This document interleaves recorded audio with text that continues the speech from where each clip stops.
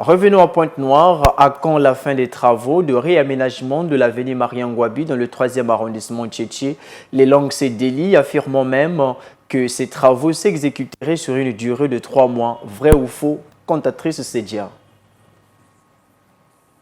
Non, aucune date n'a été fixée pour sanctionner les travaux de réaménagement de l'avenue Mariangouabi, notamment la partie située entre le rond-point Dernier Lavage et l'ancien marché de fortune érigé aux abords des rails du chemin de fer Congo-Océan. Le chef de chantier restitue la vérité. Je ne sais pas, parce que moi j'ai mes preuves qui me démontrent que non, les 3 mois là, je ne sais pas. C'est les panneaux de signalisation du projet qui a été mis dès le début du projet, et de part et d'autre. Ils n'ont jamais mis la précision de durée des travaux. Quand les gens parlent de 3 mois, je ne sais pas. Si c'est à l'interne, moi je ne sais pas. À mon niveau, vraiment, je ne sais pas. L'ancien projet que nous avions modifié, c'était la couche d'enroulement qu'on appelle les enrobés, qui était abîmée déjà. Maintenant, il y avait des caniveaux 0,50 que nous sommes venus démolir et reconstruire encore les caniveaux de 0,80 qui est là. Et ça nous a pris du temps aussi parce que ce n'était pas facile. Les gens doivent comprendre que non, dans un projet, il y a des aléas. Malgré les contraintes climatiques, en l'occurrence les pluies qui s'abattent quasiment tous les jours sur Pointe-Noire ces derniers temps, les travaux vont néanmoins bon train. Nous sommes en train de traverser aussi le moment des intempéries.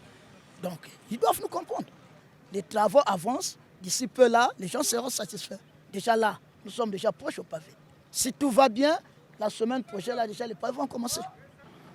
On s'était fixé des objectifs de réaliser les caniveaux, bien sûr, pendant 2 mois. Donc, pendant les 2 mois, je pense que c'est en face de vous, nous avons pu atteindre nos objectifs. Et c'était ça notre but.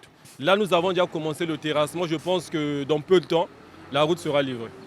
Le réaménagement de ce tronçon n'est pas à son premier acte. La mauvaise canalisation, comme c'est le cas sur la plupart des grandes artères de la ville, cause des inondations, mettant à mal les riverains dont les parcelles en paient les frais chaque fois qu'il y a pluie. L'ennemi de la route, comme tel, c'est l'eau. Donc nous ne pouvons pas créer un bassin, créer une route en bas, en dessous et les maisons sont en haut. Vous comprenez bien avec moi que la route sera engloutie par l'eau. Donc quand nous construisons, quand nous réalisons des routes, d'abord l'étude topographique permet d'élever un peu la route, pas totalement. De la sorte que quand l'eau arrive, l'eau circule dans les caniveaux et l'eau part. Donc nous ne pouvons pas créer un bassin en bas là où la route sera et l'eau va venir se reposer.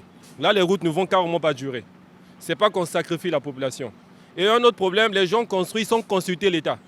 Si vous consultez l'État, on va vous donner les codes. Comment construire, prendre des niveaux, prendre ceci et respecter des plans. On construit anarchiquement. Le problème, c'est respecter la pente. Là, nous sommes sur une petite pente. Donc, nous devons respecter notre pente afin que l'eau circule tranquillement. Si on se tient compte seulement de la population, vous allez vous rendre compte que les caniveaux là n'auront pas de sens.